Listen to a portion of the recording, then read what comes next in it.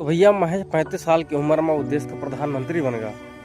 और वहीं अपने भारत देश में 30 से 40 साल के युवा नेता के आगे पीछे चाटे में अपनी जिंदगी गुजार दी थी। या हम बात करते हैं नेपाल के प्रधानमंत्री, युवा प्रधानमंत्री बालेंद्र शाह, जो महज 35 साल की उम्र में नेपाल देश के प्रधानमंत्री बन गया।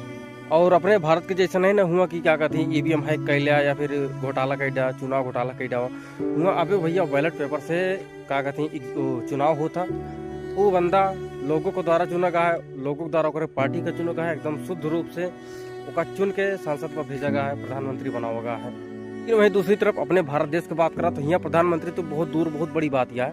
अगर केहू युवा का ग्राम पंचायत तक चुनाव लड़े का है तो कहीं ना कहीं ओका अपने क्षेत्र के विधायक के लगे जाके उनके चार दाई जानता चाटे पर था। इतना मतलब भ्रष्टाचार है ये देश में, राजनीतिक क्षेत्र में।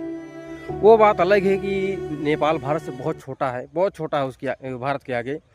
लेकिन छोटा है तो क्या हुआ, उस देश के युवा जो हैं उनका विचार तो बड़ा है। उनका विचार देखिए कैसा है, वो इतना युवा इतना जागरूक हैं। अभी तो हाल ही में जो प्रोटेस्ट हुआ था, जो दंगा हुआ था, वहाँ के युवाओं ने किया था, उससे सरकार डर गई थी। लोग अपना पीएम सीएम जो भी था वहाँ के सब छोड़ भाग गए थे।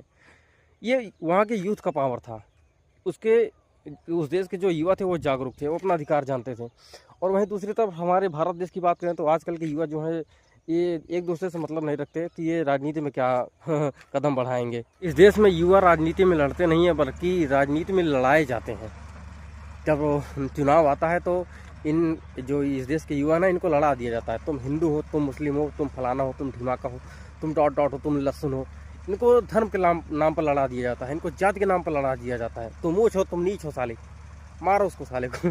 इसमें ये यहाँ राजनीति होती है इसकी, धर्म और जात की। लेकिन वहीं वहाँ पर कोई धर्म और जात की या फिर किसी विशेष भेदभाव पर राजनीति नहीं होती है, बल्कि वहाँ यूथ जो है इतने समझदार हैं कि उन्होंने अपने मत का सदुपयोग किया है। सिर्फ यूथ ही नहीं, पूरे उस देश के सभी लोग, सभी नागरिक, वहाँ के लोगों ने अपने मत का सदुपयोग किया है और एक युवा जिम्मेदार को अपना प्रधानमंत्री चुना है।